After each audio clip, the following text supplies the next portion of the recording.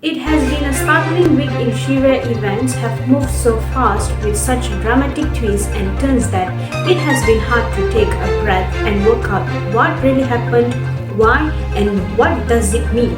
Tonight, Emma begins this specially extended edition of News at 10 by taking us on a journey into one of the darkest aspects of Syria's recent past, where these servants of the regime were brazen enough to walk their victims out into the streets and shoot them dead in broad daylight. Good evening. Even 4 days on from the toppling of President Assad of Syria, the shocks from his regime's sinister past just keep on coming. Tonight, in a program devoted to reflecting the past, the uncertainty of the present, and where Syrians might be headed now, Emma has the story of terrible massacre a decade ago. With Assad gone, only now are witnesses to execution of dozens of men comfortable about recounting the horror of what happened. Today, she found the place in Damascus that were they were pushed alive into a ready-made mass grave and shot one after another as they landed at the bottom. It's a chilling account and clearly a thoroughly chilling watch. The athlete who swam for her life inspired the hit Netflix film The Swimmers on what she has felt watching this week's event. The process of bringing the perpetrators of such horrendous crimes to justice will be slow, painful, and uncertain, of course, but this week at least hope of something different in Syria burns brightly. Also on Music 10 tonight, the frantic race of intelligence and influence the world's superpowers try to get to grips with the new regime and what it wants. What it is like to be released from hell the moment a CNN reporter finds a man abandoned to the darkness. Fleeting glimpse in grainy videos seen from afar how videos of released prisoners have inspired hopes in families on the other side of globe. The truth about the chemical weapons attack that shocked the world. John has a special report and report will form part of her mom, her documentary film, The Camp Now Let's Return to Emma in Damascus. Thank you very much indeed. Well, finally, speaking of hope, one of those thinking of heading back to Syria is the former Olympic swimmer Yusra Madini, who's competed in Rio in 2016 and again in 2020. That was only after swimming for her life, of course, during her escape from her homeland. Well, this week she is back in Budapest in Hungary. Watching Swimming's World Championship Budapest was one of the stops as she fled from Syria. Now, the rebel group that is trying to form a government in Syria remains outlawed as a terrorist organization by our government, and the evening the Defense Secretary John Haley said that wasn't about to change, and Anushka is here to talk about all this. Now, a week ago, President Assad was still ruling Syria. Of course, its people living in fear, its prisons packed. Nothing can right the wrongs of this regime, of course, but with him gone, the families of his victims can at least mark their deaths without fear. And for other families, watching from afar, something to cling on to fleeting glimpses in grainy videos of prisoners hurrying away from unlocked jail cells, offer hope of survival and release. Well, if this family do find him, it would be a remarkable able ending, of course, but not as remarkable as the discovery of an American TV crew made in cells underneath Syria's Air Force Intelligence Center. The correspondent Clarissa Ward and her crew were flaming on the ground when they realized one of the cell doors was still locked. What they found inside was scarcely believable.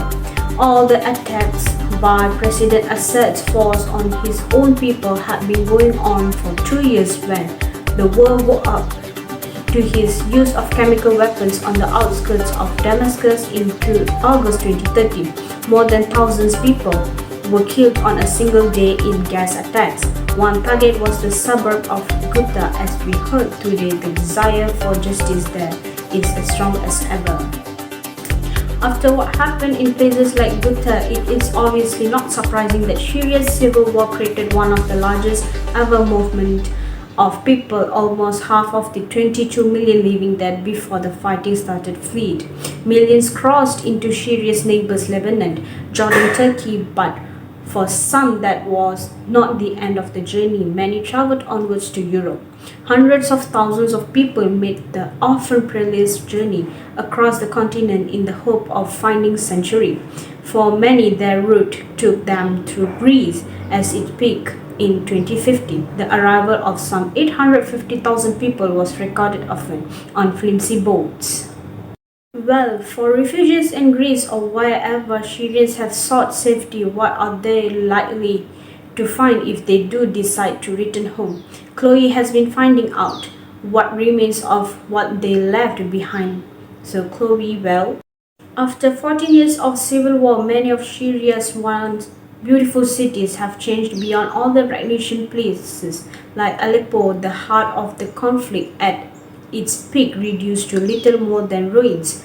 After years of government bombardment, more than 13 million Syrians have been forced from their home, including 1 million newly displaced by the latest fighting. An estimated 3 million homes or more have been destroyed, as well as roads, bridges, schools, and hospitals, more than a third of which are now partially or completely defunct. Two of the city's hardest hit were Aleppo and Homs. This image shows a suburb of Homs in 2011 before the fighting started, but look, just 2 years later, whole areas have been flattened and a decade on, not much has changed. And now, if we look at the image of Aleppo before the war, you can see this neighborhood is built up and busy, but fast forward 6 years and look at the destruction seemingly. Nothing is spared, including the city's famous mosque. In the snapshot taken last year, you can see vegetation beginning to creep into areas that were once flamed with homes. These pictures showed Aleppo just a few days ago after it was liberated. There is a life on the city street, but reminders of death and destruction are everywhere. So what could it cost to rebuild? Well, it's almost impossible to say, but one expert put it at 315 billion. That's more than the whole world's international aid budget for last year, and Syria's need for that aid could not be greater than 90% of its population.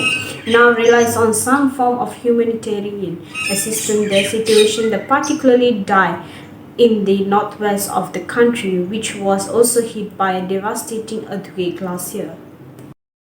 But Syria is one of several crises competing for the world's attention, and many countries don't even recognize its new government, which means, Tom, there is no guarantee that Syria will get help it so desperately needs. Thank you very much indeed. Well, much of our coverage of the last 5 years of the civil war has been provided by a Syrian filmmaker during that time. Hammam Hasri has chronicled the life of one family for a documentary to say it has been hard for Akram and Budia and their children would be a colossal understatement. They escaped from North Hama to North Idlib, but now, with President Azaz gone, it does look as its story of struggle will at least have an ending up, if not the happiest one yet. And we will return to Emma at the end of the question to have her round up what was been a remarkable week. Now, one question all our leaders were grappling with today is, what next? Is the new government really full of pragmatism? Some have, as some have claimed. Plenty of people have their doubts. But as the rest of the world races for influence, American Secretary of State Anthony Blinken appealed to groups in the Middle East this evening to help establish a government that is not denominated by one faction religious group of outside power. One can only hope this is the start of something different. That's it. Good night.